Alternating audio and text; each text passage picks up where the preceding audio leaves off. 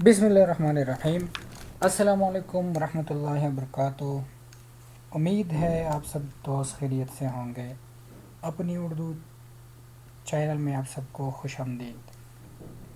دوستو، پچھلی ویڈیو میں ہم نے لفظ سے شروع کیا تھا اور اس کی 2 قسمیں بیان کی تھی۔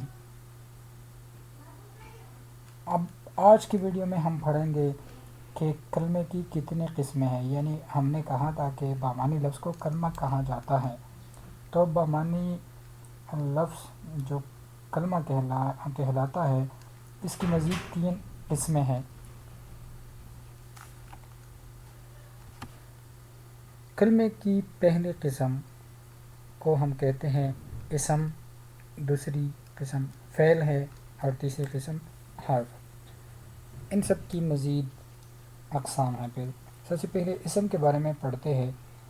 اسم دراصل کسی شخص، چیز یا جگہ کے نام کو اسم کہا جاتا ہے، مثلا سلیم، کتاب، ملاکنڈ، پشاور، اسلام آباد وغیرہ، یہ سب اسماء ہیں۔ نمبر 2، فعل۔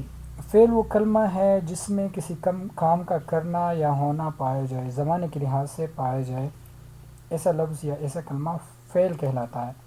مثلا جاتا ہے، گیا تھا، آؤں گا، ہنس رہے تھے۔ دوستو، آپ دیکھتے ہیں ان سب الفاظ میں کسی نہ کسی زمانے یعنی حال، ماضی یا مستقبل کی نشاندہی ہوتی ہے ہمیں، تو یہ سب افعال ہے۔ 3 نمبر پر حرف آتا ہے۔ حرف کی تعریف ہم کچھ اس طرح کرتے ہیں کہ یہ وہ کلمہ ہے جو اکیلا پورے معنی ادا نہیں کر سکتا، بلکہ دوسرے الفاظ کے ساتھ مل کر یہ معنی دیتا ہے۔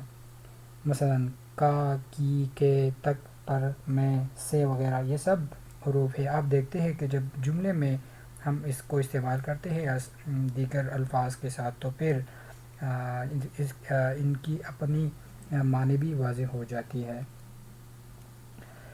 آئندہ کی ویڈیو میں ہم انشاءاللہ اسم کی اقسام بناوٹ کے لحاظ سے پڑھیں گے۔ تب تک کے لیے اجازت دیجیے۔ اللہ حافظ۔